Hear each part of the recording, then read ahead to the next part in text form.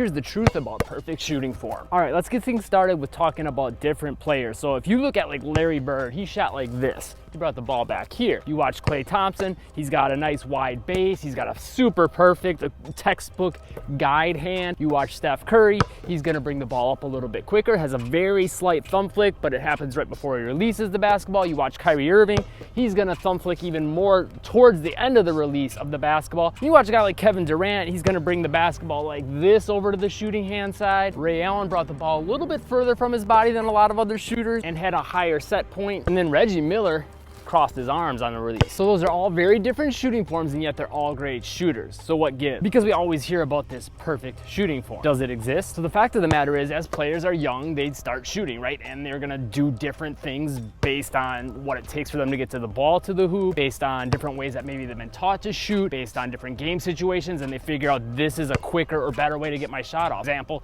Kevin Durant bringing the ball like this, I can almost guarantee it's partially a comfort thing, but also partially a way of getting the ball over defenders' arms to get up into his shot. And yet for all these players, it works. They all had pretty good range. They all have really good accuracy. They're able to get their shot off in games. Most of their shots are pretty quick. And those are the main things we're looking for in a shot. But the biggest key, if you want all those keys to take place, is you have to be comfortable with your shot. Now, a lot of that comes from repetition. So even though your shot might be you hold it longer here, or you bring it right up, or maybe you have a little bit of a thumb flick, or maybe you do that cross arm release, all those things could work for you if you put in enough repetition. That being said, there is sort of like some guidelines you'll want to pay attention to. I'll have a full YouTube video pinned to the comments where I go over what the main things you'll want to make sure you have in place for your shooting form. And some of the things I recommend not to do are things that some of these great shooters do. So as you can see, there's going to be some exceptions to every rule. So I think the first thing to look at is what's comfortable for you. What have you got a lot of repetitions in? And if it's working for you on 4 main categories, stick with it. And what those categories are going to be is 1, is it consistent and repeatable? 2, are you accurate? Are you making shots? 3, do you have the ability to use that shot and get out further? And most players' form will slightly change as you get further out. We'll talk more about that in a second. And 4, are you able to get it off in games, which a lot of that comes down to speed. Are you able to get the shot off quickly? And as you get closer to the rim, again, there will be more changes with shots. We'll talk about that more in a little bit too. But as long as you have those 4 qualities, you have a consistent shot, you're accurate with it, you have range, and you have the ability to get it off in games / speed, then you can probably roll with what you've got, and you probably don't need to make any major changes, and you just want to stick with that same shot and try to make it as close as possible to get that first point in place, consistency every single time. And then the other pieces should probably fall in place. But that being said, if you do have a cross arm release or you thumb flick really bad, it's probably going to mess up the consistency. That thumb flick might push it one way one time and you don't flick as much the next time, and then the ball goes straight up, or it goes this way because you didn't thumb flick at the right time, or maybe bringing the ball here, now you're releasing the ball here one time, you're releasing here another time, and it can start to make things a little more inconsistent. Plus, you know, having range is going to be harder shooting it probably from here. Things like that start to come into effect. That's why you probably want to get it as close to that quote-unquote perfect shooting form, that textbook form, the way most coaches will teach it, with a little bit of flex. We'll talk a little bit about that a little bit later too. But again, that video I pinned to the comments with the quote-unquote textbook shooting form will kind of cover most of those things, so just go check that one out. Actually, I won't even talk about it later. But inevitably, no matter how much you work on that shot, how many repetitions you put in, no matter how consistent you try to get that form to be, inevitably there will always be variability from shot to shot. You watch the best NBA players, Steph Curry, probably in my opinion, and I think most people's opinion, greatest shooter of all time. Even on a shot like a free throw, where he can take his time to set up, make sure it's perfect and exactly the same every time. If you watch the details, there's probably going to be a little bit of variability every time. Maybe with the thumb flick, maybe with the timing of that thumb flick, maybe with how quick he brings the ball up, maybe the timing between his hips and his hands, right? That's why we miss shots from time to time, and we make shots different ways. You know, one shot you might make hitting the back iron, and one shot you might make nothing but net. But the idea is for our core main shot, and keep this in mind, your main shot, because we're going to talk more about different shots in a second. You want that to be as close and repeatable as possible, and try to make that variability as small as possible. And when you do that, that consistency we talked about comes into place, and you'll have that range, accuracy, and speed. But as we get into this area here, this is where perfect form really starts to break down, outside of a few things that we'll talk about in a little bit. But 15 feet in, maybe even I'd say 18 feet, depending on your age, your strength, your shooting ability, a whole bunch of factors. But in general, I would say 15 feet on in, there's gonna be a lot more variability in your shot, whether you want it or not, and you probably want it. So when I say variability, what I mean is changes to your shot. In the mid-range, there's gonna be a lot more variability and the ability to do so, because you don't have to worry about as much angle change, right? If I'm here and my angle is off just a smidge here, as I get further and further out, it's really far off versus being right to the rim. But when I'm closer, that angle change isn't gonna end up being as much because it's not going as far of a distance. Number two, the range factor, right? Getting a shot off like this, fading away out here is a lot harder than doing it 15 feet and in. I can fade away, I can maybe add some different footwork in the mix, I can maybe jump off of 1 foot, right? Little things like that become a lot easier as we get in here, and it's probably gonna be more acceptable with your coach. So when we get to 15 feet in, number one, there's going to be more speed required into the shots just because there's more defense around. The defense is probably tighter to you.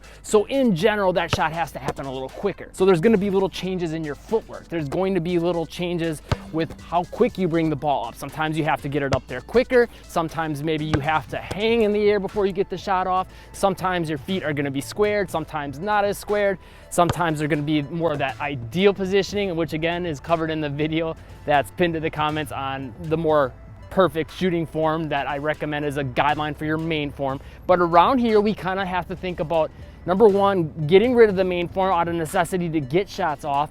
Example would be also like a fade away, right? That's not something we'd normally do out on 3-point line or on a free throw, because those are your more perfect form typically. So as we get in closer here, we're gonna need more changes in our shot and ability to still make those shots, and our perfect form kind of goes out the window. We wanna try to make, like when we know we got the shot, we can get it in rhythm, we don't have to worry about being blocked. Yes, we wanna try to make it as close to that quote unquote perfect form as possible because there's a better chance of making it. But we also wanna work on our ability both in practice and have the ability in games to be able to make shots that we're maybe fading, or maybe even doing stuff when we get a little closer in. You can kind of think more about jumping off 1 foot and doing like a floater jump shot, a runner type jump shot, things like that. And these changes are gonna allow us to get off more shots in tough situations, get it off quicker, not get blocked, maybe make the shot easier, throw defenders' rhythm off. There's all these little things, right, that we have to kind of think about taking a perfect form to some degree and getting rid of it. But I'd say there's one thing you probably want to try to keep somewhat consistent and close to your perfect shooting form, even when you're doing these different shots with different footwork and the timing gets messed up and all that kind of stuff. And that's thinking about this right here. So maybe our footwork changes, maybe the timing of our hips extending changes, maybe the positioning that we're bringing the ball up changes. You know, we're maybe bringing it from one side to the other. All that can kind of change. But ideally, right as we're about to shoot, we want this here and our body's alignment to be as close to our shooting position as possible in most situations. You know, there's like a hook shot. Now we're talking about like that would be an example of a different shot completely, right? Or layups. Those we're not going to be shooting from this position, but we're talking more like jump shot type shots. Then yeah, we want to try to get this shooting arm, elbow, shoulder, hand, basketball all aligned to the hoop, and probably that hip. Now that might happen in the air, that might happen on the ground, but when we start getting the variability in place, even when I'm fading, I probably want to try to get all those things lined up. And I'll also want to make sure that this is consistent, that thumb flick either being there or not there, ideally probably not being there if you're working to get rid of it and you're trying to be consistent. But hey, if it's working for you like it does for Kyrie, then just making sure all those pieces with what the guide hand's doing and the release of the basketball if your shooting hand are the same, that's gonna help you make more shots. Now, even out here on the 3-point line, there's going to be changes though, because in a game, you're gonna catch the basketball from a pass and now you're turning your shoulders a little bit. There's gonna be situations where you're running this way and you're turning into it. You're gonna maybe be coming off of a screen and curling up, really turning into it, right? So there's gonna be a lot of changes with the footwork. Even if I'm coming straight up to the 3-point line, there's gonna be changes with the timing, the speed, right? There's gonna be variability. And I probably do wanna at least have the ability to get the shot off a little quicker than normal. Maybe not as much of the fadeaway and hanging in the air type stuff.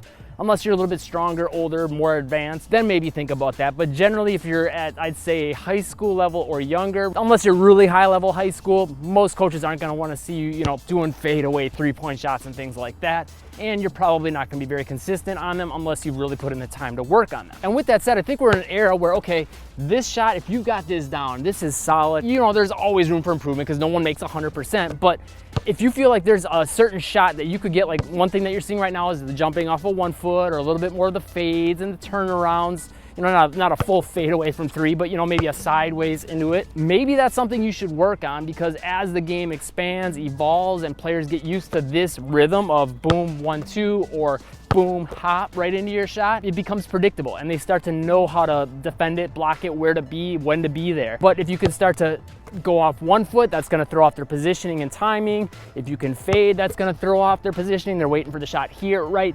So I'm not saying you should put a lot of time in necessarily to those unless you've got your basics down.